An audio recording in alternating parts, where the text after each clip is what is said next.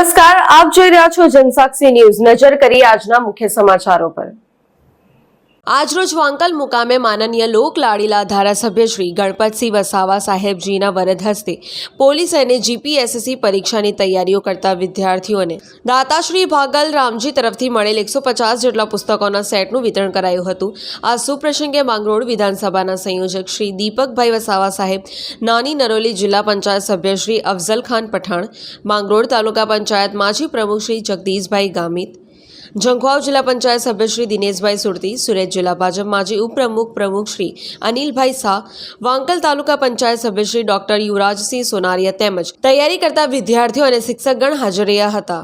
Vinodbhai સુરિયા, Jansakshi news, Mangrol.